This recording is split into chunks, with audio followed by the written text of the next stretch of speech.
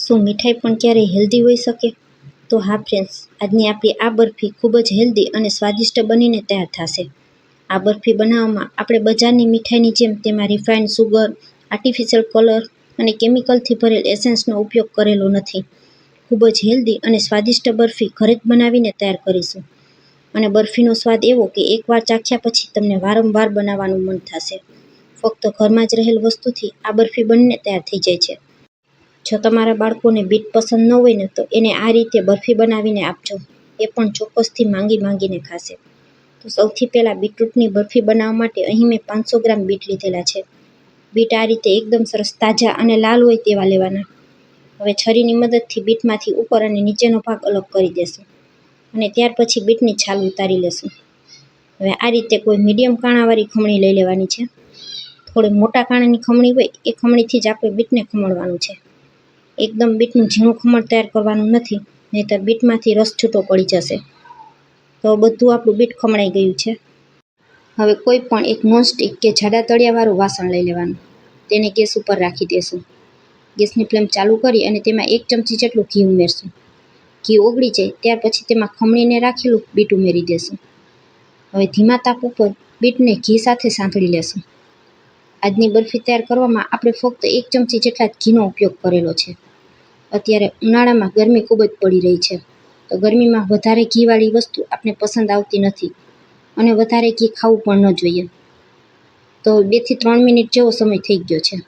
Bit બધું ઘીમાં સરસ સંતળાઈ ગયું છે. તો હવે તેમાં 500 ml ફૂલ ફેટ દૂધ ઉમેરી દેશું. બરફી બનાવતી સમયે હંમેશા ફૂલ ફેટ દૂધનો ઉપયોગ કરવાનો. આ ગરમ કર્યા વગરનું અને મલાઈ કાઢ્યા વગરનું દૂધ હોય એ દૂધ મેં લીધેલું છે. હવે દૂધ ઉમેરી એટલે ગેસની ફ્લેમને ફરી પાછી હાઈ કરી દેવાની અને હાઈ ફ્લેમ ઉપર ચમચાથી સતત આપણે તેને આ જ રીતે હલાવતા રહેવાનું. તો તમે જોઈ શકશો દૂધમાં આ રીતે એક ઉભરો આવી ગયો છે. જેમ જેમ દૂધ ઉકળશે તેમ તેમ આપણા બીટ પણ સોફ્ટ થતા જશે. તો તેની ઉપર ઢાંકણ ઢાંકી અને 10 મિનિટ સુધી આપણે તેને ચડવા દેશું. ઢાંકણ ઢાંકીએ એટલે ગેસની ફ્લેમને સ્લો કરી દેવાની. ત્યાં સુધીમાં એક પ્લેટમાં અડધો કપ મિલ્ક પાવડર લઈ લેશું અને તેમાં અડધી ચમચી ઘી ઉમેરી હાથેથી આ રીતે મિક્સ કરી દેશું. મિલ્ક પાવડરમાં આ રીતે ઘીનું મોણ દઈ દેવાનું, જેથી કરી બરફીમાં મિલ્ક પાવડરના ગાંઠા ન પડે. રોટલીના લોટમાં મોણ દેતા હોય એ જ રીતે આપણે તેમાં મોણ દઈ દેવાનું. અહીં 10 મિનિટ જેવો સમય થઈ ગયો છે.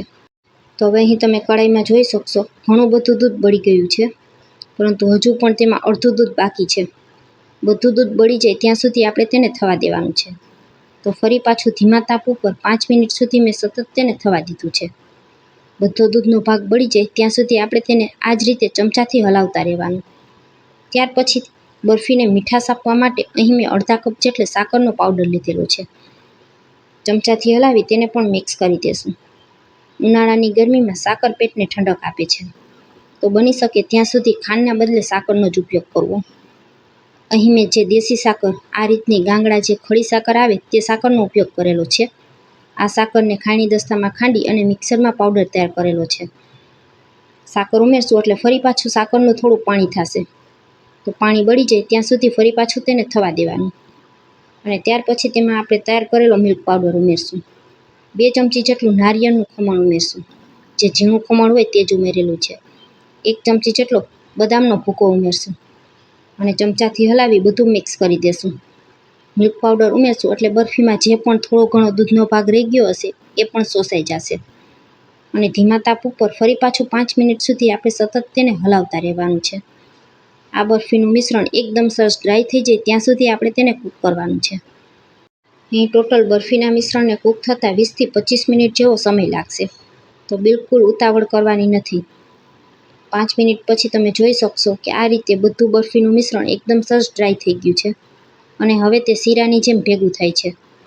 તો તેમાં ચપટી એલચી પાવડર ઉમેરી ગેસની ફ્લેમને બંધ કરી દેશું.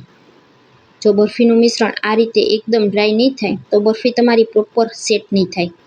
તો આ વાતનું અહીં ખાસ ધ્યાન રાખવાનું છે. બરફીને સેટ કરવા માટે મેં આ રીતે મીઠાઈની જે ટ્રે આવે તે ટ્રે લીધેલી છે અને બધું બરફીનું મિશ્રણ આપણે તેમાં ઉમેરી દેશું. તમે ઘરમાં રહેલ થાળીમાં પણ બરફીને સેટ કરી શકો છો. ચમચાની મદદથી આ રીતે આપણે તેને ફેલાવી દેવાનું. તમારે બરફીના જાડા પાતળા જે રીતના પીસ પસંદ હોય એ રીતે તમારે બરફીનું મિશ્રણ ફેલાવવાનું. ઉપરથી થોડી બદામની કતરનથી આપણે તેને ગાર્નિશિંગ કરશું. અને ત્યાર પછી 6 થી 7 કલાક માટે આપણે તેને પંખા નીચે ઠંડી થવા રાખી દેવાની. જો તમારે ઉતાવળ હોય તો તમે 2 કલાક માટે ફ્રીજમાં પણ રાખી શકો છો. મેં આ બરફીની ટ્રેને 2 કલાક માટે ફ્રીજમાં રાખી દીધી હતી. ફ્રીજમાં ફક્ત 2 જ કલાકમાં સેટ થઈ જશે. 2 કલાક પછી આપણે બરફીમાં આડા અને ઊભા કટ લગાવી અને ત્યાર પછી ઠંડી તેને સર્વ કરશું. તો ફ્રેન્ડ્સ, આજની રેસીપી અહીં સુધી જોયા પછી તમને જરા પણ પસંદ આવે તો વિડીયોને એક લાઇક કરજો, તમારા ફ્રેન્ડ્સ અને ફેમિલીમાં શેર કરજો અને મારી રેસીપીઓ તમને જોવી ગમતી હોય તો મને સપોર્ટ કરવા બદલ મારી ચેનલને સબસ્ક્રાઈબ કરજો. ફરી મળીશું આવી જ એક નવી રેસીપી સાથે. ત્યાં સુધી સૌને મારા જય માતાજી. Thanks for watching.